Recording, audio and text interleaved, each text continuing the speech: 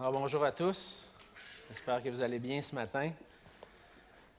Ce matin, on continue notre parcours dans les doctrines essentielles. La semaine dernière, on était dans la doctrine de l'homme, l'origine de l'homme et le but de son existence. Et on est en train de parcourir en quelque sorte, à travers les doctrines essentielles, aussi l'histoire de la rédemption, l'histoire du monde, l'histoire de l'univers, l'histoire de Dieu en quelque sorte. Et ce matin, on va considérer ensemble un peu plus en détail la doctrine du péché. On a vu la création, mais qu'est-ce qui est arrivé après la création? Il y a eu la chute. Et ça, c'est un élément très important pour nous aider à comprendre l'ensemble des Écritures.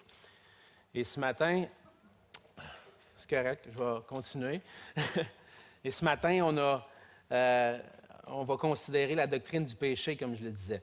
La semaine dernière, on a vu que l'homme était créé à l'image de Dieu, que l'homme est le summum, si on peut dire le couronnement de la création de Dieu. Après avoir créé toutes choses, Dieu, le 6e jour, a décidé de créer l'homme. Il l'a créé à son image.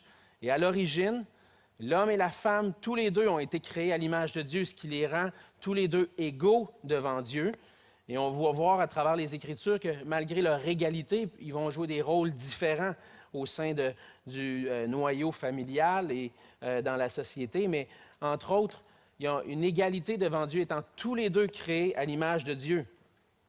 Mais à travers la chute, l'image de Dieu a été corrompue. Et à travers l'entrée du péché dans le monde, on voit que l'être humain a été complètement corrompu dans ses désirs, dans sa volonté, dans ses actions. Et c'est ce qu'on va voir plus en détail aujourd'hui. Alors, pour mieux comprendre justement comment l'image de Dieu a été corrompue, il faut considérer la doctrine du péché. Qu'est-ce que c'est le péché? Comment le péché est venu? De nos jours, notre société est facilement prête à admettre que le mal existe, que dans le monde, il y a du mal, qu'il y a quelque chose qui ne fonctionne pas, qu'il y a les gens sur toute la terre agissent avec plusieurs agissent avec méchanceté. On voit les guerres, on voit les maladies, la méchanceté dont on est témoin. Tout le monde est prêt à admettre que le mal existe. Maintenant, lorsqu'on parle de péché, par exemple, ça vient introduire une notion un peu plus où les gens ne sont pas prêts à appeler le mal péché. Pourquoi? Pourquoi on n'est pas prêt à aller faire ce saut-là dans la pensée populaire, dans notre culture? Pourquoi on n'est pas prêt à dire que le mal, c'est péché? Mais en introduisant l'idée de péché, on introduit l'idée d'un standard qui est établi. Le mal en relation avec un être supérieur. Et la personne de Dieu, inévitablement, rentre en ligne de compte, et puis les gens ne sont pas prêts à appeler le mal péché. Mais pour plusieurs qui voient que l'univers ou que la Terre, l'humanité ne tourne pas rond, ils vont suggérer que c'est des problèmes dans la structure de la société, par exemple. On va dire qu'il y a des problèmes économiques et que le manque de partage des ressources est à l'origine du mal qui existe. Un possède plus, l'autre possède moins. Celui qui possède plus ne partage pas avec celui qui possède moins, et celui qui possède moins va essayer de posséder plus lui aussi, ou de partager les ressources de celui qui possède plus, et puis le mal est impliqué dans ça. Donc, c'est une question économique. Si on partageait toutes les ressources également, on éliminerait le mal. D'autres vont suggérer que ça se trouve dans un système de justice qui est corrompu. Les raisons pourquoi il y a du mal dans le monde, c'est parce qu'il n'y a pas de juste juge dans le monde. Il y a des juges qui sont corrompus, et à cause qu'il y a des jugements qui sont corrompus aussi, alors ça encourage les gens à faire le mal. La raison pourquoi il y a du mal dans le monde, c'est un système de justice corrompu. D'autres vont dire que c'est causé par de mauvaises politiques. On met en place des politiques qui sont injustes, encore une fois, et puis l'origine du mal vient du fait que les gens veulent avoir quelque chose de juste. D'autres vont dire que les problèmes vont naître dans les familles qui naissent dans la pauvreté, ou que le père va être un peu plus je vais dire comme ça, prendre le contrôle et peut-être faire du mal à ses enfants, à son épouse ou au sein de la famille, c'est là que le mal y naît. Et d'autres vont dire que c'est dû à un manque d'éducation. On n'est pas assez éduqué. Et à cause qu'on n'est pas assez éduqué, on va commettre des actions que si on était un peu plus éduqué, on ne les commettrait pas. Je pense que toutes ces réponses-là manifestent quand même que oui, ça peut provoquer du mal ou que ça donne une certaine liberté au mal de courir dans le monde. Mais je ne pense pas que c'est la réponse à l'origine du mal. L'origine du mal ne se trouve pas dans la faiblesse des structures de notre société, mais plutôt dans le fait que l'être humain est moralement mauvais par le fait que le péché est entré dans le monde. L'être humain, dans son essence, est mauvais, est fondamentalement mauvais. Et ça va à l'encontre de toutes sortes de philosophies qui ont été développées au 18e siècle, entre autres le siècle des Lumières. Jean-Jacques Rousseau a proposé que l'homme était fondamentalement bon et que c'est la société qui le corrompait. Je pense que la Bible nous enseigne autre chose. Elle nous enseigne que l'homme est fondamentalement mauvais à cause du péché et à cause de ça, ça entraîne le mal dans le monde et dans la société. Et le péché affecte toute la création. Il affecte les êtres humains et leurs relations entre eux. Et aujourd'hui, on va chercher à comprendre un peu plus la réalité et les conséquences du péché en répondant à 3 questions principales. Qu'est-ce que le péché? Quelle est son origine? Ensuite de ça, qu'est-ce que la nature pécheresse et sa relation avec la culpabilité devant Dieu? Et puis, c'est quoi la gravité du péché? Et qu'est-ce que le péché entraîne comme conséquence? Et avant d'aller un peu plus loin, on va prendre le temps de lire un passage qui est important pour nous aider à comprendre la doctrine du péché qui se trouve dans Genèse au chapitre 3. Je vais vous inviter à tourner avec moi dans Genèse au chapitre 3 et on va lire le chapitre au complet pour nous aider à comprendre comment le mal est entré dans le monde et qu'est-ce que le péché exactement. Alors, Genèse chapitre 3, verset 1. Le serpent était le plus rusé de tous les animaux des champs que l'Éternel Dieu avait fait. Il dit à la femme, « Dieu a-t-il réellement dit, vous ne mangerez pas de tous les arbres du jardin? » La femme répondit au serpent, « Nous mangeons du fruit des arbres du jardin. Mais quant au fruit de l'arbre qui est au milieu du jardin, Dieu a dit, vous n'en mangerez point, et vous n'y toucherez point, de peur que vous ne mouriez. » Alors le serpent dit à la femme, « Vous ne mourrez point. Mais Dieu sait que le jour où vous en mangerez, vos yeux s'ouvriront et que vous serez comme Dieu, connaissant le bien et le mal. » La femme vit que l'arbre était bon à manger et agréable à la vue, et qu'il était précieux pour ouvrir l'intelligence. Elle prit de son fruit et en mangea. Elle en donna aussi à son mari, qui était auprès d'elle, et il en mangea. Les yeux de l'un et de l'autre s'ouvrirent. Ils connurent qu'ils étaient nus. Et ayant cousu des feuilles de figuier, ils s'en firent des ceintures. Alors ils entendirent la voix de l'Éternel Dieu qui parcourait le jardin vers le soir. Et l'homme et sa femme se cachèrent loin de la face de l'Éternel Dieu, au milieu des arbres du jardin. Mais l'Éternel Dieu appela l'homme et lui dit, « Où es-tu? » Il répondit, « J'ai entendu ta voix dans le jardin et j'ai eu peur parce que je suis nu et je me suis caché. » Et l'Éternel Dieu dit, « Qui t'a appris que tu es nu? Est-ce que tu as mangé de l'arbre dont je t'avais défendu de manger? » L'homme répondit, « La femme que tu as mise auprès de moi m'a donné de l'arbre et j'en ai mangé. » Et l'Éternel Dieu dit à la femme, « Pourquoi as-tu fait cela? » La femme répondit, « Le serpent m'a séduite et j'en ai mangé. » L'Éternel Dieu dit au serpent, « Puisque tu as fait cela, tu seras maudit entre tout le bétail et entre tous les animaux des champs. Tu marcheras sur ton ventre et tu mangeras de la poussière tous les jours de ta vie. Je mettrai inimitié entre toi et la femme, entre ta postérité et sa postérité. Celle-ci t'écrasera la tête et tu lui blesseras le talon. » Il dit à la femme, « J'augmenterai la souffrance de tes grossesses. Tu enfanteras avec douleur et tes désirs se porteront vers ton mari, mais il dominera sur toi. » Il dit à l'homme, « Puisque tu as écouté la voix de ta femme, et que tu as mangé de l'arbre au sujet duquel je t'avais donné cet ordre, tu n'en mangeras point, le sol sera maudit à cause de toi. C'est à force de peine que tu en tireras ta nourriture tous les jours de ta vie. Il te produira des épines et des ronces, et tu mangeras de l'herbe des champs. C'est à la sueur de ton visage que tu mangeras du pain, jusqu'à ce que tu retournes dans la terre, d'où tu as été pris. Car tu es poussière, et tu retourneras dans la poussière. Adam donna à sa femme le nom d'Ève, car elle a été la mère de tous les vivants. L'Éternel Dieu fit à Adam et à sa femme des habits de peau, et il les en revêtit. L'Éternel Dieu dit, « Voici, l'homme est devenu comme l'un de nous, pour la connaissance du bien et du mal. Empêchons-le maintenant d'avancer sa main et de prendre de l'arbre de vie, d'en manger et de vivre éternellement. » Et l'Éternel Dieu le chassa du jardin d'Éden pour qu'il cultive la terre d'où il avait été pris. C'est ainsi qu'il chassa Adam, et il mit à l'orient du jardin d'Éden les chérubins qui agitent une épée flamboyante pour garder le chemin de l'arbre de vie. On va se courber dans un mot de prière avant d'aller plus loin. Seigneur notre Dieu, on vient devant toi ce matin pour apprendre de toi, Seigneur. Certainement, on est tous témoins que notre monde ne tourne pas rond.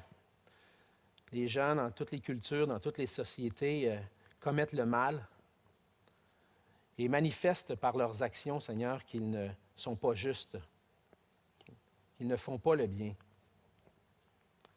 Et Seigneur, tu nous montres dans ta parole d'où vient cela, d'où vient le mal. Tu nous apprends à voir le monde, avec tes lunettes, Seigneur. C'est toi qui l'as créé, c'est toi qui l'as créé parfaitement dès le début, mais à cause de la chute d'Adam et Ève, Seigneur, cet univers a été entièrement corrompu. Et on veut, Seigneur, venir devant toi ce matin et apprendre de toi sur la nature du péché, parce que, Seigneur, c'est ça qui a coûté la vie de ton Fils. C'est ça qui l'a amené à venir sur cette terre, à venir jusqu'à la croix, donner sa vie en rançon pour nous. Ça prenait le Fils de Dieu qui meurt à la croix pour être puni à notre place pour nos péchés, pour qu'on puisse être en relation avec toi.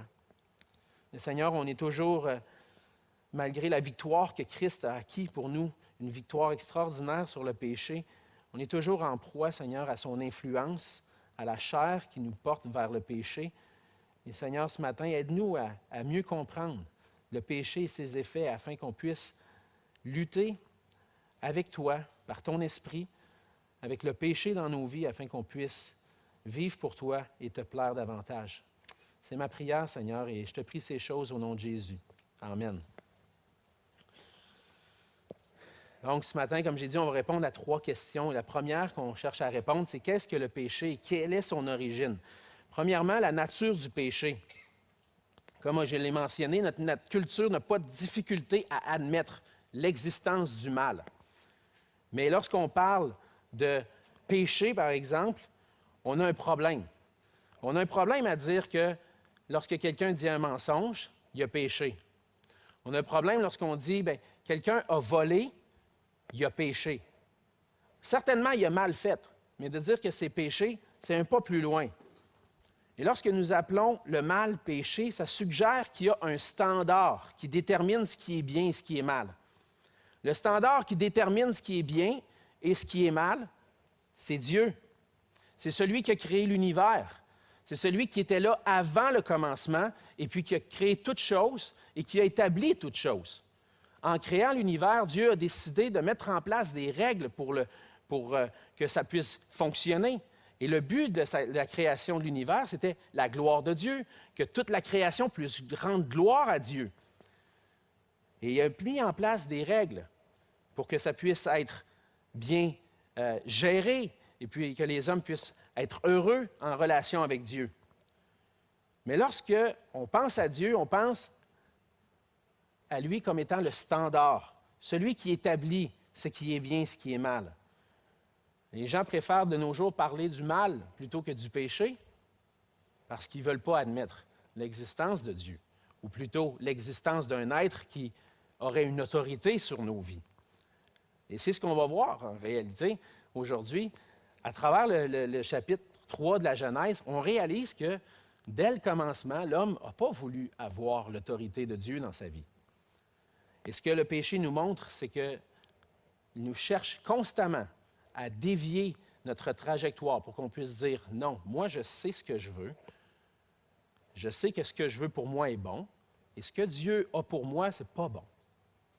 Pour être heureux, je dois faire ce que je veux. » Et c'est ça la tendance que le péché a à faire et que même l'influence de Satan, on va le voir, a sur nos vies.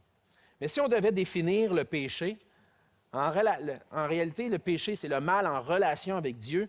On définit le péché, enfin, c'est Wayne Grudem, un professeur de théologie, qui le résume ainsi, qui le définit ainsi. Le péché, c'est tout manquement de se conformer à la loi morale de Dieu en action, en attitude ou par nature. Dans cette définition-là, on voit que le péché, c'est de ne pas vouloir ou de ne pas se conformer à la loi divine, de ne pas se conformer aux standards que Dieu a établis. Et ça peut se manifester de plusieurs manières, soit par des attitudes, soit par des actions, ça peut être dans nos pensées, dans notre cœur. Et c'est 1 Jean 3, 4 qui nous résume aussi qu'est-ce que c'est le péché. Le péché, c'est la transgression de la loi. La loi dit quelque chose. Tu aimeras ton prochain comme toi-même. Je me mets en colère contre mon prochain parce qu'il a fait quelque chose de mal contre moi. Qu'est-ce que je fais? Je suis en train de manquer la cible du standard de Dieu. Et la transgression de la loi, le fait que je n'ai pas aimé mon prochain comme moi-même, comme Dieu me le demande, je manque la cible. Et je ne suis pas conforme au standard de Dieu. Et lorsque je manque la cible et que je ne me conforme pas au standard de Dieu, je pêche. C'est ça la définition du péché, la transgression de la loi de Dieu. Dieu place une cible. J'essaie de viser la cible du mieux que je peux, mais ça arrive bien souvent que je shoote bien à côté. Je suis en train de manquer à la loi divine. Ça, c'est le péché. Le péché, c'est désobéir aux standards que Dieu a établis. Il se définit en relation avec Dieu et avec sa loi. Dieu nous a créés pour être en relation avec lui. Il nous a créés pour qu'on puisse être heureux dans une relation intime, vivre une alliance avec lui. Et dans cette alliance-là que Dieu a voulu établir entre lui et les hommes, une alliance, c'est régi par une loi. Et Dieu a établi une loi et qui nous engage à l'aimer, lui, par-dessus tout, qui nous engage à aimer Dieu et à aimer notre prochain. Et lorsque nous péchons, on est en train de manquer la cible de la loi de Dieu, du standard de Dieu. Mais non seulement le péché est lié à des actions, à des pensées, à des attitudes, le péché aussi nous affecte dans nos cœurs. C'est dans un état corrompu qu'on est aujourd'hui. Et on va le voir plus en détail plus loin. On est dans un état corrompu par le péché à cause de la chute de nos premiers parents, d'Adam et Ève. Et en réalité, toutes nos actions, nos pensées, nos attitudes sont une manifestation de notre cœur qui est mauvais. Toutes ces choses sont des manifestations d'un cœur mauvais et corrompu. C'est Jésus lui-même, dans Marc 7, les versets 21 à 23.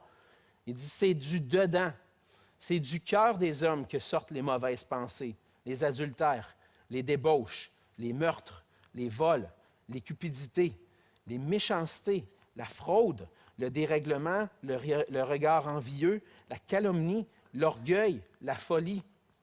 Toutes ces choses mauvaises sortent du dedans et souillent l'homme. Donc, nos mauvaises actions, ce que Jésus est en train de dire, c'est que nos mauvaises actions, nos mauvaises pensées, nos mauvaises attitudes envers notre prochain ou même envers Dieu, notre rébellion envers Dieu, vient d'un cœur qui est fondamentalement mauvais. Et comme on va le voir, le péché a affecté l'homme dans toute sa personne. Et c'est ça qui nous aide à mieux comprendre la nature du péché. Et ce qui nous aide à le comprendre aussi, c'est de comprendre son origine. Comment le péché est entré dans le monde? Le péché a eu un commencement dans l'histoire. Dieu n'a pas... Ça, ce qui est important de voir ici, c'est qu'à la création, on l'a vu la semaine dernière, lorsqu'on a lu le récit de la création, à la fin du récit de la création, qu'est-ce que Dieu dit sur sa création? Il dit qu'il a vu, il vit que tout ce qu'il avait créé était très bon. Donc, à l'origine, Dieu n'avait pas créé l'univers, Dieu n'avait pas créé le monde avec le péché à l'intérieur de l'univers. Mais le péché a eu un commencement dans l'histoire de la création. Le péché n'a pas toujours existé. Certaines philosophies, par exemple, du monde gréco-romain, ont amené à croire que le mal a toujours existé. Et que le mal, il y a en quelque sorte, ces philosophies-là proposent un certain dualisme, qui croient que le mal est éternel et que le bien aussi est éternel. C'est comme s'il y avait deux dieux. Un Dieu qui est bon, puis un Dieu qui est mauvais. Et ces deux dieux-là existent depuis toute éternité. Mais le Dieu mauvais est lié à la matière. Tout ce qui est charnel, tout ce qui est matériel est corrompu. Mais tout ce qui est spirituel est bon. Et on a introduit ce dualisme-là en disant que ce combat-là entre le bien et le mal a toujours existé. Mais ce n'est pas vrai. Parce qu'il y a juste Dieu qui est éternel. Le péché n'a pas toujours existé. Dieu a créé un univers, il a créé des anges, et à travers l'histoire de sa création, c'est là que le péché est entré dans le monde. Et Dieu avait fait un monde parfait. Si Dieu seul existait au commencement, le mal n'existait pas parce que Dieu est parfaitement bon. Et le péché est apparu. Donc, c'est au moment de la création que Dieu a déclaré que tout était bon. Mais il a donné un ordre à l'homme dans Genèse 2, 16 à 17. L'Éternel Dieu donna cet ordre à l'homme, tu pourras manger de tous les arbres du jardin, mais tu ne mangeras pas de l'arbre de la connaissance du bien et du mal, car le jour où tu en mangeras, tu mourras certainement. Alors Dieu crée l'univers, crée un jardin, place l'homme et la femme au milieu du jardin et dit, tu vois, je te donne tout ça pour toi. Mais il y a un arbre, par exemple, que tu ne peux pas toucher, que tu ne peux pas manger. Ça, c'est la loi que Dieu établit. Tu vas manifester que tu veux glorifier, que tu veux m'aimer, que tu vas m'aimer par-dessus tout en ne touchant pas à cet arbre-là. Et puis, plusieurs questions peuvent survenir dans nos esprits quand on regarde ça. La grande question, c'est pourquoi Dieu a mis cet arbre-là au milieu du jardin? Et si vous me posez la question, je vais vous le dire tout de suite, je ne le sais pas. Je ne le sais pas. Les Écritures ne me répondent pas à cette question-là. La seule chose que je peux donner comme réponse avec l'ensemble des Écritures, c'est que si le mal n'était pas entré dans le monde, Jésus n'aurait pas eu besoin de venir manifester son amour envers des hommes, manifester la gloire de Dieu sur la terre. Et si Dieu l'a permis comme ça, c'est parce que c'était la façon dont Dieu avait choisi de se glorifier. Ce n'est peut-être pas une réponse satisfaisante pour plusieurs, mais je pense que c'est la réponse qui vient des Écritures et qui, en quelque sorte, on doit se satisfaire avec cette réponse-là. Dieu ne nous donne pas toutes les réponses à nos questions. Mais il y a une chose qui est sûre, ce que Dieu voulait, c'est une relation intime entre l'homme et lui, la femme et lui. L'homme et la femme devaient vivre une relation intime avec lui, devaient manifester qu'ils l'aimaient en obéissant à sa loi. Et ce qui est arrivé, c'est que, comme on l'a lu, on voit dans Genèse 3 la chute d'Adam et Ève. Et comment le péché est entré dans le monde? Bien, c'est Satan, sous la forme d'un serpent qui s'approche de la femme pour la séduire. Et puis ensuite, la femme propose à son mari, et le mari aussi, pas mieux qu'elle, continue dans cette voie.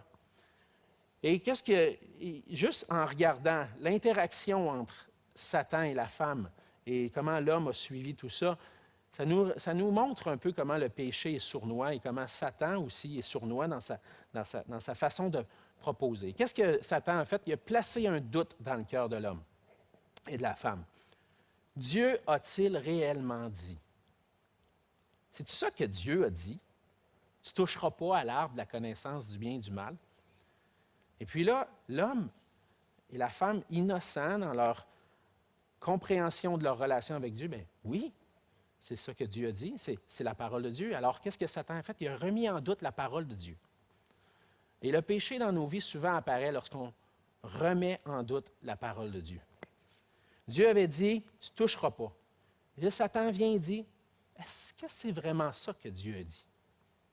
Dieu a-tu réellement dit qu'il voulait que tu sois heureux? Dieu a-tu réellement dit que en ne touchant pas à ça, là, c'est comme ça que tu vas vivre une vie heureuse? Je pense que tu te trompes dans ce que Dieu a dit. Il sème le doute. Et la femme va répondre avec la parole de Dieu. Elle va dire, bon, Dieu a dit que ça. Et finalement, Satan va faire, en plus de semer le doute, va amener un mensonge. Il suggère qu'en mangeant du fruit de l'arbre de la connaissance du bien et du mal, ils vont devenir comme Dieu, connaissant le bien et le mal. Dieu avait clairement dit, il va y avoir une conséquence au péché. Si tu manges de ce fruit-là, tu vas mourir. Satan dit, c'est pas ça. C'est pas ça qui va arriver. Dieu, il sait, lui. Il veut avoir une autorité sur vos vies. Il vous a dit ça. Mais en réalité, là, c'est parce qu'il ne veut pas que vous soyez égal à lui. Il ne veut pas que vous soyez comme que vous trouviez votre bonheur comme tout seul. Il veut que vous trouviez, votre bonheur en lui, mais si vous mangez de ça, là, vous allez être bien plus heureux. Vous n'aurez pas besoin de lui. C'est pas ça? Exactement ça que Satan a proposé. Je pense que c'est ça que Satan, puis le monde, la chair, nous propose tous les jours. La parole de Dieu nous dit des choses. Il dit, c'est comme ça que tu vas être heureux. Tu veux être heureux? Agis de cette façon-là. Et puis, Satan vient tout le temps dire, ah, c'est pas sûr, tu sais, il me semble que ça me ferait bien plus du bien si je me laissais aller à mes désirs personnels. Je n'aurais pas besoin de lutter. Et ce que ça fait en sorte, c'est que Satan vient proposer l'orgueil dans le cœur de l'homme. Il dit, Dieu, tu n'auras pas l'autorité sur moi, ça va être moi qui vais avoir l'autorité sur ma propre vie. Adam et Ève, finalement, qu'est-ce qu'ils font? Ils vont désobéir à Dieu. Ils vont croire aux mensonges que le serpent a suggérés et vont manger. Les yeux s'ouvrent et là, ils commencent à avoir une connaissance qui n'était pas là auparavant. Mais en même temps, il y a une honte aussi qui s'installe. Ils apprennent qu'ils sont nus. Et là, il y a comme quelque chose qui allume, dit « Hey, c'est pas normal là, que je sois nu. Il faut que je m'habille. » Fait que là, ils vont faire des vêtements, tout ça. Non seulement ils ont appris des choses de plus, c'est vrai, ils étaient peut-être limités dans leur connaissance, peut-être qu'ils ont appris des choses de plus. Mais ce qui est arrivé, c'est que finalement, ils ont eu honte. Pourquoi? Parce qu'ils se sont rendus coupables devant Dieu. Ils ont transgressé la loi de Dieu, ils se sont rendus coupables. Et en se rendant coupables, ils ont eu la honte. Et ça les a amenés finalement à être entièrement séparés de Dieu, du jardin, du paradis terrestre que Dieu avait créé pour eux. Le bonheur qui était là, finalement, ce bonheur-là disparaît complètement. La conséquence du péché, c'est la mort. Ils vont mourir. Et puis en plus de ça, ça ne sera pas facile de cultiver le sol. Ça ne sera pas facile de se multiplier comme Dieu avait demandé de le faire. Tout ce que Dieu demande devient encore plus difficile pour eux à cause du péché. Ça, c'est l'origine du péché dans le monde. Quand l'homme a décidé de se rebeller contre Dieu et de décider, par orgueil, de dire non, Dieu, je ne veux pas son autorité dans ma vie, c'est moi qui vais être le boss de moi-même. Ce n'est pas lui le king, c'est moi le king. C'est ça que Satan a suggéré. Mais la chute d'Adam et Ève ce n'est pas l'origine du mal en tant que tel. L'origine du mal prend sa naissance, en fait, chez Satan et ses anges. On l'a vu un peu lorsqu'on a vu la doctrine des anges. Un jour, Dieu a créé l'univers et dans cet univers-là, Dieu a créé des anges. Et on croit à travers certains passages de l'Ancien Testament que l'origine du mal, c'est Satan, qui était un ange qui s'est enorgueilli et qui a voulu devenir comme Dieu lui-même. Et puis finalement, cet ange-là s'est rebellé contre Dieu. Il y en a d'autres anges qui l'ont suivi et se sont rebellés contre Dieu. Et à travers Satan, c'est à travers Satan que le péché entre dans le monde. Le péché de Satan, d'orgueil, Satan vient faire la même chose, le propose aux hommes. Et les hommes se rebellent contre Dieu. Il a entraîné Adam et Ève dans l'orgueil puis dans la rébellion.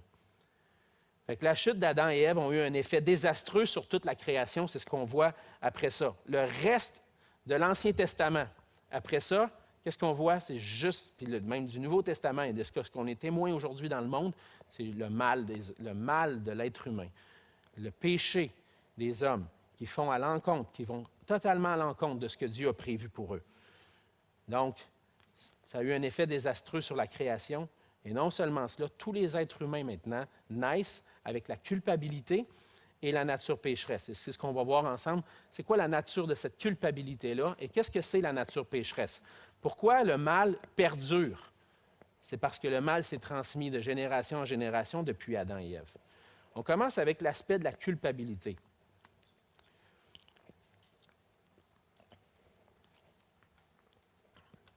En péchant, Adam et Ève se sont rendus coupables devant Dieu et son jugement est tombé sur eux. Premièrement sur la femme, on le voit dans Genèse 3,16. Ensuite sur l'homme, qui lui aussi a eu le jugement, un jugement de Dieu qui a été prononcé sur lui. Et finalement, les deux ont été chassés du paradis terrestre, du jardin d'Éden. Donc, en se rendant coupables devant Dieu, il y a eu des conséquences, il y a eu un jugement de Dieu qui est tombé sur eux et ensuite la mort est entrée dans le monde. Mais la réalité, c'est que souvent, on pense que on est pécheur et qu'on est coupable devant Dieu parce qu'on a commis des péchés. C'est vrai. Lorsqu'on pêche, on se rend coupable devant Dieu. Mais tous les descendants d'Adam et Ève sont coupables devant Dieu avant même qu'ils ont commis un péché. C'est ce qu'on voit dans Romains 5. On va le lire ensemble parce que depuis la chute, les êtres humains non seulement héritent d'une nature pécheresse, mais héritent aussi de la culpabilité du péché. Dans Romains 5, verset 12, on lit « C'est pourquoi, comme par un seul homme, le péché est entré dans le monde, et par le péché, la mort, et qu'ainsi la mort s'est étendue sur tous les hommes, parce que tous ont péché. » Plus loin, au verset 18, il dit « Ainsi donc, comme par une seule offense, la condamnation a atteint tous les hommes, de même, par un seul acte de justice, la justification qui donne la vie s'étend à tous les hommes. Car comme par la désobéissance d'un seul homme, beaucoup ont été rendus pécheurs, de même, par l'obéissance d'un seul, beaucoup se sont rendus justes. » Donc, Paul parle ici, au verset 12, on le voit de la culpabilité en raison des actions. Il dit « La mort s'est étendue sur tous les hommes parce que tous ont péché. » Mais le verset 18 nous montre que ce n'est pas juste parce qu'ils ont péché, mais parce qu'ils sont nés d'Adam. Par une seule offense, la condamnation a atteint tous les hommes. Donc, ce que la Bible m'enseigne, c'est qu'à cause du péché d'Adam et Ève, eux se sont rendus coupables, mais toute leur descendance est coupable devant Dieu à cause de leur péché à eux. Ça veut dire, je nais dans le monde, je suis coupable. C'est ça que Paul est en train de dire. C'est comme ça qu'on doit voir la nature du péché et comment le péché nous affecte. Le péché nous rend coupables devant Dieu aussitôt qu'on vient dans le monde. On est coupable devant Dieu parce qu'on est dans le péché. On va le voir plus loin, même David, le roi David le dit dans le psaume 51. Fait que tous sont coupables parce que par la désobéissance d'un seul, beaucoup ont été rendus pécheurs. Et notre culpabilité est basée sur le péché d'Adam, qui était le représentant de la race humaine, qui a été mise à l'épreuve dans le jardin. Et comme représentant de la race humaine, on est sous Adam. Et Adam, notre représentant, la culpabilité du péché est imputée à tous ses descendants. Et ça peut sembler injuste. Dire, Seigneur, tu me rends coupable devant toi. Tu me juges coupable devant toi à cause que le premier homme a péché. Je vais vous amener un argument de l'autre côté. En Jésus-Christ, à cause de l'obéissance, c'est ce que Paul nous dit, à cause de l'obéissance d'un seul, un qui a été mis à l'épreuve, qui a été tenté et qui n'a jamais péché, à cause de son obéissance à lui, Dieu peut nous justifier devant Dieu et nous donner la vie éternelle, nous pardonner de tous nos péchés et nous rendre justes alors qu'on est injuste. Ça, c'est injuste. Un homme parfait qui est jugé à notre place. Il a reçu la justice de Dieu sur lui. Il ne méritait pas. Mais maintenant, en Jésus-Christ, par son obéissance à lui, maintenant, je peux être réconcilié avec Dieu. Donc, je suis coupable devant Dieu à cause du premier Adam. Mais Dieu a envoyé dans le monde un deuxième Adam, qui par son obéissance maintenant, si je ne reste pas sous le premier Adam, mais que je me place sous le deuxième Adam, je deviens une nouvelle création et maintenant je suis juste. Je suis vu comme juste devant Dieu. Et comme Adam a été mis à l'épreuve dans le Jardin d'Éden, Jésus, en venant sur la terre, a été mis à l'épreuve. Il a été tenté par le diable dans le désert. On connaît les récits. Tout au long de son ministère et même jusqu'à la fin, lorsque c'était le temps d'aller jusqu'à la croix, je pense que tout ce que Jésus désirait, ce n'était pas d'aller jusqu'à la croix. Et je pense qu'il a même été tenté dans le jardin peut-être d'abandonner tout ça. Mais Jésus, dans sa vie sur la terre, n'a jamais cédé à la tentation, a toujours répondu avec la parole de Dieu, en plaçant sa foi dans son Père céleste, qui l'a délivré, qui finalement l'a rendu juste, obéissant. Et maintenant, parce que Christ a pris sur lui le châtiment que nous méritions à cause de nos péchés, par la foi en lui, nos péchés sont pardonnés et on paraît juste devant Dieu. Donc Dieu a créé Adam qui a péché, il a envoyé un deuxième Adam qui est le premier-né de la création, comme nous dit un Colossiens 15, le premier d'une nouvelle création que lui n'a pas désobéi. Et par la foi en lui maintenant, on peut se placer sous lui et paraître juste devant Dieu. Alors, je pense que si on considère ça, on voit que Dieu gère les choses selon de qui tu es né. Si tu es né d'Adam, tu es coupable. Mais si tu es né en Jésus-Christ, tu es juste devant lui à cause de l'obéissance du deuxième Adam. Donc ça, c'est comment la culpabilité atteint tous les hommes. Et comment maintenant la justice, être juste devant Dieu, peut atteindre aussi les hommes lorsqu'on place notre foi en Jésus-Christ. Il y a la culpabilité et il y a la nature pécheresse. Deux éléments que le péché a entraîné. Il a entraîné la culpabilité, mais il a entraîné aussi la nature pécheresse. La nature pécheresse, c'est lorsque Adam ont péché, fait en sorte que tous les êtres humains naissent avec un cœur mauvais. On a parlé du cœur mauvais de l'homme au tout début, et maintenant, à cause de nos péchés, à cause du péché d'Adam et Ève, tous les êtres humains naissent avec une nature pécheresse. C'est David, le roi David, qui a écrit le psaume 51 après son péché d'adultère avec Bathsheba, la femme d'Uri. Il a écrit un psaume de repentance, c'est ce psaume 51, c'est ce psaume de repentance-là. Verset 7, il va dire « Je suis né dans l'iniquité et ma mère m'a conçu dans le péché. » Donc pour David, c'était clair pour lui. Quand je suis né dans le péché. J'étais déjà coupable. J'étais un pécheur. En naissant, j'allais commettre des actes mauvais. Dans le psaume 58, 4, un peu plus loin, le psalmiste dit « Les méchants sont pervertis dès le sein maternel. Les menteurs s'égarent au sortir du ventre de leur mère. » Aussitôt que nous naissons, on est affecté par une nature pécheresse. On est perverti, on est corrompu par nature. Et la nature pécheresse fait qu'en sorte que naturellement, tout être humain est rebelle à Dieu. Éphésiens 2, 3, Paul va dire « Nous tous aussi, nous étions de leur nombre. Avant de connaître Christ, on était comme les autres, on était tous comme le monde.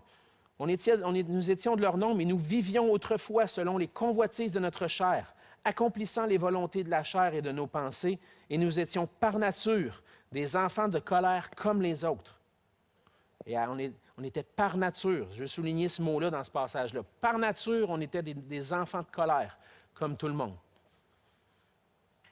Si je connais Jésus-Christ aujourd'hui, puis si j'ai été justifié en Jésus-Christ, c'est certainement pas parce que je suis un bon gars. C'est parce que Jésus a décidé de manifester sa grâce envers moi. Parce que par nature, j'étais un pécheur. Tous ont péché et sont privés de la gloire de Dieu. On est tous avec une nature pécheresse qui fait qu'on est des pécheurs, qu'on pêche. Et le fait qu'on ait hérité de la nature pécheresse fait en sorte que, par nature, on n'a rien de bon à présenter devant Dieu. Nos bonnes actions sont même mauvaises devant lui parce qu'ils ne sont pas faites pour sa gloire. Par nature, on est incapable d'obéir à la loi de Dieu. On a cette incapacité de le glorifier et d'accomplir les actions qui sont bonnes à ses yeux. Puis qu'est-ce que ça fait? Ça fait en sorte que tous sont pécheurs devant lui. Ça, c'est la conséquence du péché. Le péché a entraîné la culpabilité et la nature pécheresse. Et nous naissons tous avec ces deux éléments-là, coupables devant Dieu et avec une nature pécheresse qui nous amène à pécher. C'est ce qu'on va voir un peu plus loin. C'est quoi la gravité? Comment le péché se manifeste? Premièrement, le péché, c'est quelque chose de grave parce qu'il a engendré la dépravation totale de l'être humain. La corruption du péché est universelle. Ça veut dire qu'elle atteint tous les hommes. Elle s'est transmise à tous les hommes de génération en génération, puis elle entraîne l'homme à se rebeller contre Dieu, on l'a vu. Il n'y a pas de juste, il n'y a pas de distinction. Tous ont péché et sont privés de la gloire de Dieu. Puis cette corruption-là fait en sorte que tous les êtres humains sont séparés de Dieu, ne peuvent pas entrer dans sa présence et sont corrompus dans tous les aspects de leur être, que ce soit physique, mental, dans leur volonté, dans leurs émotions ou même dans leur aspect spirituel. Tout notre être est corrompu par le péché. On voit ça, entre autres, dans Jérémie 17, 9. Jérémie dit « Le cœur est tortueux par-dessus tout. Il est méchant. Qui peut le connaître? » Donc, le cœur de l'homme, tortueux, corrompu par le péché. Éphésiens 4, 18. Paul dit « Ils ont l'intelligence obscurcie. Ils sont étrangers à la vie de Dieu à cause de l'ignorance qui est en eux, à cause de l'endurcissement de leur cœur. » L'intelligence. Ils ne peuvent pas connaître Dieu. On ne peut pas connaître Dieu par nature. Pourquoi? À cause que notre cœur est endurci. Nos yeux on est aveuglés, on a l'intelligence obscurcie à cause du péché. Et puis Édith 3.3 va dire que nous aussi, nous étions autrefois insensés, désobéissants, égarés, asservis à toute espèce de convoitise, de volupté, vivant dans la méchanceté et dans l'envie, dignes d'être haïs et nous haïssant les uns les autres. Donc, le péché a entraîné la dépravation totale, qui fait en sorte que l'homme est corrompu dans toute sa nature, son cœur est corrompu et ça se manifeste dans ses actions. Mais ça va un petit peu plus loin. Cette corruption-là, cette dépravation totale-là va amener pour résultat l'incapacité totale de l'être humain à résoudre sa condition déchue. Impossible pour l'homme de résoudre cette condition déchue-là, cette corruption-là, sans une intervention divine. C'est possible de s'en sortir, mais c'est impossible de le faire par nature, naturellement. Ça prend l'intervention de Dieu, ça prend l'intervention de Dieu en Jésus-Christ pour venir nous délivrer de cette dépravation totale et de cette incapacité totale. À cause du péché, maintenant, on est incapable de faire le bien sans une intervention divine. Romains 8.7, car l'affection de la chair est inimitié contre Dieu, parce qu'elle ne se soumet pas à la loi de Dieu et qu'elle ne le peut même pas. La chair, en nous, fait en sorte qu'on est ennemi de Dieu et ensuite de ça, qu'on n'est pas capable de se soumettre à sa loi, on est incapable d'obéir à Dieu. Ça va même plus loin que ça. Sans une intervention divine, on n'est pas capable de croire en Jésus-Christ. 1 Corinthiens 2.14. Mais l'homme naturel n'accepte pas les choses de l'Esprit de Dieu car elles sont une folie pour lui. Par nature, tout ce que l'Esprit de Dieu enseigne, je ne veux rien savoir de ça. Parce que c'est une folie. Et ça arrive souvent. Puis je vais dire comme ça,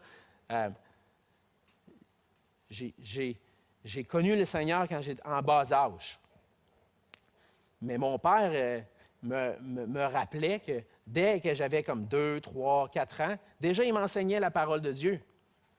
Il dit, lorsque je te parlais de l'Évangile, je te parlais du péché, puis de la conséquence du péché, puis de ce que Christ a fait pour toi, il dit, tu avais 3-4 ans, là, puis tu disais, même s'il était 6 heures le soir, je vais aller me coucher, je ne veux pas parler de ça. Dès mon jeune âge, je ne voulais pas en entendre parler de ça. Parle-moi pas de ça, je veux pas en entendre parler, je ne veux pas entendre parler de Dieu. Je pense que je manifestais ce que j'étais par nature. Par la grâce de Dieu, Dieu m'a attiré à lui, puis je l'ai connu dans mon jeune âge, à l'âge de 5 ans. Je peux dire aujourd'hui que d'aussi longtemps que je me rappelle, c'est ce moment-là qui a été le moment de ma conversion. Mais je pense au témoignage de mes parents ou des gens autour de moi. Quand on parle de Dieu, de sa loi, du péché, de ce qu'il a accompli pour nous en Jésus-Christ, c'est une folie. Je connais un homme qui, finalement, s'est converti après 20 ans qu'on avait témoigné à cet homme-là. C'est un Michel. Je pense qu'il serait très à l'aise que je vous partage son témoignage, mais Michel mon père avait des épiceries, des supermarchés dans la région de Québec. Et puis, Michel était un boucher à un des épiceries de mon père. Et puis, en 77, début de 77, mon père se convertit, il commence à partager l'Évangile avec Michel. Puis Michel vient à l'Église, à un moment donné, il se convertit. Il vient au Seigneur, il fait profession de foi dans une soirée d'évangélisation, il avance en avant, tout ça. Mais il était en fréquentation avec une jeune femme qui allait se marier avec, puis elle ne voulait rien savoir. Fait que le lendemain, il a viré de bord, il avait avancé en avant, il avait fait profession de foi, mais finalement, non, il dit, moi, je jette tout ça. Elle ne veut pas suivre, fait que je vais être avec elle. Puis pendant 20 ans de temps, moi, j'ai grandi avec lui, on travaillait ensemble, parlait de l'Évangile, tout ça. Il ne voulait rien savoir. Rien savoir. Pourquoi? L'Évangile, c'était une folie pour lui. Jusqu'à un certain moment donné, 20 ans plus tard, autour de 97, son père était mourant d'un cancer, et puis son père il dit à Michel, il dit, j'ai peur. Sur son lit de mort, il dit, j'ai peur, je ne sais pas ce qui va arriver. Qu'est-ce qui s'en vient pour moi? J'ai peur. Là, Michel, il réfléchit un peu. Gaétan, qui est mon père, il connaît, lui, comment faire pour pas qu'il ait peur. Là, tout ça. Fait qu'il s'en va voir mon père et dit, peux-tu m'écrire des versets pour que je puisse dire à mon père comment venir au Seigneur? Parce que lui, il a peur. Là. pas chrétien, le gars, là. Pas encore, en tout cas.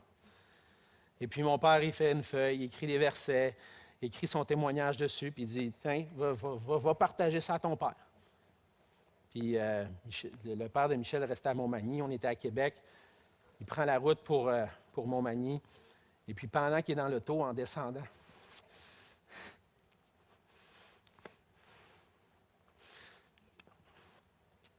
j'ai connu Michel pendant mon jeune âge, puis pendant toute ma vie, partager l'Évangile avec lui. Puis son cœur était dur. Mais dans l'auto, en s'en allant à Montmagny, Dieu a parlé à son cœur. Il a donné sa vie au Seigneur Jésus. Qu'est-ce qui est arrivé? Je pense que c'est l'Esprit de Dieu qui a ouvert l'intelligence pour comprendre, pour enlever, pour arrêter de le faire voir le message de l'Esprit de Dieu comme une folie, puis de l'accepter par la foi. Aujourd'hui, j'ai vu Michel l'année dernière, marche avec le Seigneur, il y a une paix dans son cœur et c'est évident. Il y a eu une transformation, il est né de nouveau. Son père est décédé dans la fin de semaine. Et puis, il est revenu à l'épicerie le mardi matin. Et puis, qu'est-ce qui était... Michel arrive, puis, tout heureux. Son père est décédé, mais tout heureux. Il dit, Alexandre, j'ai quelque chose à te dire. Je suis sauvé. Pourquoi? Parce que l'Esprit de Dieu avait ouvert son cœur. L'homme naturel n'accepte pas les choses de l'Esprit de Dieu. On est une incapacité totale à saisir les choses de Dieu sans une intervention divine. Et l'histoire de Michel, puis votre histoire, puis mon histoire, c'est juste l'histoire de Dieu qui nous rend capables de saisir sa grâce. Et la dépravation totale fait en sorte que les hommes n'ont pas la capacité de croire en Jésus. On voit ça dans Jean 6. Jésus dit, « Nul ne peut venir à moi si le Père qui m'a envoyé ne l'attire, et je le ressusciterai au dernier jour. » Et au verset 45, il ajouta, « C'est pourquoi je vous ai dit que nul ne peut venir à moi si cela ne lui a été donné par le Père. » Si on connaît le Seigneur Jésus aujourd'hui, c'est parce que Dieu est intervenu dans nos vies pour nous faire voir que Christ était la solution à notre état de pécheur. 1 Corinthiens 12, 3, c'est pourquoi je vous déclare que personne, s'il parle de l'Esprit de Dieu, ne dit « Jésus est anathème » et que personne ne peut dire « Jésus est Seigneur » si ce n'est par l'Esprit de Dieu, par le Saint-Esprit. C'est par le Saint-Esprit qu'on est capable de dire « Jésus est mon Seigneur ». C'est parce que Dieu est intervenu. Le péché aussi, pour résultat, on a vu que la dépravation totale, l'incapacité totale de faire le bien, de croire en Dieu, et finalement, il y a un résultat que Satan a une emprise sur l'être humain. Satan il a le pouvoir sur ceux qui n'appartiennent pas à Christ. 1 Jean 5, 19, nous savons que nous sommes de Dieu et que le monde entier est sous la puissance du malin. Le monde entier est sous la puissance du malin à cause du péché, à cause que Satan a permis au mal, et l'homme et la femme en péchant ont permis au mal d'entrer dans le monde. Satan maintenant a une emprise sur le monde. Dépravation, c'est la corruption, c'est que tout est mauvais, tout est dépravé, tout est détruit, là. C'est ça. Ouais. Satan entraîne les hommes à se rebeller contre Dieu et à accomplir les désirs de leur chair. On voit ça dans Éphésiens 2, entre autres. Et Satan rend aveugle les hommes à la vérité de l'Évangile. C'est Paul qui dit dans 2 Corinthiens 4, versets 3 et 4, « Si notre Évangile est encore voilé, il est voilé pour ceux qui périssent, pour les incrédules, dont le Dieu de ce siècle a aveuglé l'intelligence. » Satan a aveuglé leur intelligence. Si les gens ne croient pas à l'Évangile, c'est parce que Satan aveugle l'intelligence, afin qu'ils ne voient pas briller la splendeur de l'Évangile, de la gloire de Christ, qui est l'image de Dieu. Le péché entraîne le jugement de Dieu et la condamnation éternelle sur tous les hommes. Le péché a entraîné la mort. Romains 6, 23 dit que le salaire du péché, c'est la mort. Et cette mort-là se manifeste dans une mort qui est physique. On va mourir un jour, on meurt tous à cause, c'est une conséquence du péché. Il y a une mort spirituelle qui est attachée à ça, une incapacité. La mort spirituelle, je peux dire, ce que je parlais d'incapacité totale, je pense que c'est dû à notre mort spirituelle. On était incapable de faire le bien, incapable d'accepter les choses de l'Esprit de Dieu à cause du jugement, à cause du péché. Et finalement, ça entraîne la mort éternelle. Une séparation d'avec Dieu éternelle, loin de sa face, dans un jugement conscient qui dure éternellement. On l'appelle l'enfer, le lieu de souffrance pour ceux qui n'auront pas cru à l'Évangile. Oui. Oui, c'est ça, c'est ça.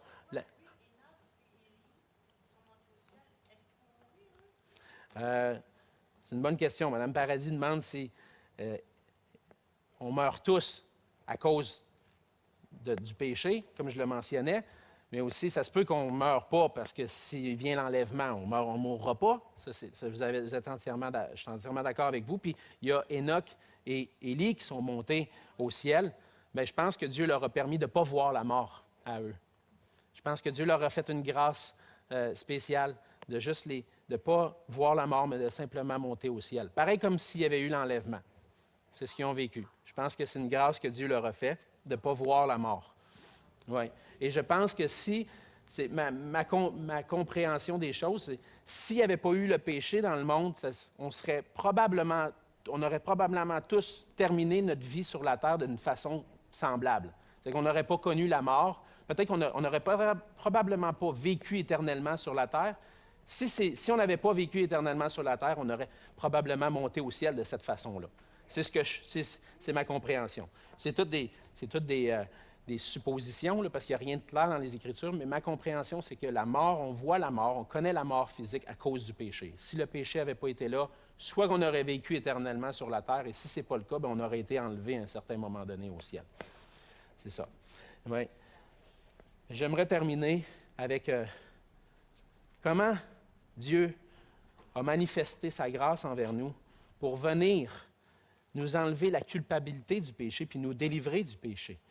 On va lire ensemble Romains 5, parce que finalement, la solution au problème du péché dans nos vies, et à tout ça, c'est Jésus-Christ. Dans Romains 5, au verset 6, on lit « Car lorsque nous étions encore sans force, incapables de croire, incapables d'obéir à la loi de Dieu, on était sans force. Christ, au temps marqué, est mort pour des impies, est mort pour nous. À peine mourrait-il pour un juste. Quelqu'un peut-être mourrait pour un homme de bien. Mais Dieu prouve son amour envers nous, en ce que lorsque nous étions encore des pécheurs, Christ est mort pour nous. À plus forte raison, donc, maintenant que nous sommes justifiés par son sang, serons-nous sauvés par lui de la colère. Car si lorsque nous étions ennemis, nous avons été réconciliés avec Dieu par la mort de son Fils, à plus forte raison, étant réconciliés, serons-nous sauvés par sa vie. Et non seulement cela, mais encore nous nous glorifions en Dieu par notre Seigneur Jésus-Christ, par qui maintenant nous avons obtenu la réconciliation. C'est seulement par la grâce de Dieu manifestée en Jésus-Christ qu'on peut être délivré du pouvoir du péché, des effets du péché dans nos vies. Christ est venu sur la terre, alors qu'on était sans force, on était ennemis de Dieu, alors qu'on était des pécheurs, Christ est mort pour nous. Puis maintenant, on est sauvé par sa justice, par sa vie, et on est réconcilié avec Dieu, qui nous évite de voir la colère que Dieu réserve à ceux qui ont péché, mais plutôt d'avoir la vie éternelle. Et là, cette semaine, je suis très conscient, avec la doctrine du péché, là, c'est pas beau, hein? C'est pas le fun de parler de ça. Mais je pense qu'en comprenant la gravité du péché, ça peut nous encourager à nous tourner, justement, continuer de nous tourner vers Christ pour être délivrés de jour en jour de la tentation, puis de nos épreuves, puis des tentations qu'on vit, qu'on se tourne vers lui pour être « Seigneur, je ne veux pas goûter à ça. Ça a coûté ta vie. Maintenant, je veux me tourner vers toi, puis je veux croire en toi, puis je veux persévérer avec toi pour vivre pour ta gloire, parce que c'est ça ton plan pour nos vies. » Et la semaine prochaine, la semaine prochaine, je vous le dis, on va avoir une petite pause parce que c'est dimanche de Pâques, la semaine prochaine. Mais dans 2 semaines, notre frère Basile va commencer à parler de comment Dieu a amené le salut dans le monde à travers la personne de Jésus-Christ. Et on va voir ensemble, dans 2 semaines, Jésus qui est venu dans le monde pour venir nous délivrer. Avant ça, on va se courber et on va demander à Dieu sa grâce pour nous. Seigneur, merci pour ta parole. Seigneur, certainement, lorsqu'on considère ce que ta parole dit sur le péché, il n'y a rien de beau là-dedans. C'est vraiment pas encourageant de lire ça. Mais ce qui m'encourage, Seigneur, c'est qu'un jour, tu as voulu venir nous délivrer de cet état de pécheur dans lequel nous étions. Seigneur, tu as décidé dans ton amour de nous faire grâce. Alors qu'on était tes ennemis, incapables de faire le bien, incapable de t'aimer. Seigneur, tu es venu nous délivrer du péché parce que Jésus-Christ a vécu une vie sans péché pour nous et a reçu sur lui, à la croix, la condamnation qu'on méritait pour nos péchés. Seigneur, merci pour ta grâce envers nous. Merci parce qu'un jour, par ton esprit, tu m'as ouvert les yeux. Tu as ouvert mon intelligence pour que je puisse arrêter de voir ton salut comme une folie, mais que je puisse le saisir par la foi. Merci, Seigneur, du privilège qu'on a maintenant de t'appartenir, du privilège et de cette espérance qu'on a qu'un jour on va être avec toi pour l'éternité, entièrement délivré des effets du péché et à vivre pour toi et pour ta gloire. Seigneur, j'ai hâte à ce jour-là. De jour en jour, à travers les épreuves, Seigneur, j'ai juste hâte d'être avec toi. En attendant, Seigneur, aide-moi à vivre pour toi, à vivre pour ta gloire, à annoncer ce salut merveilleux autour de moi, puis que d'autres puissent entendre et venir à toi et être délivrés, Seigneur, de la colère à venir et avoir la vie éternelle. Viens nous bénir, Seigneur, ensemble à travers la célébration et que ton nom soit glorifié au nom de Jésus. Amen.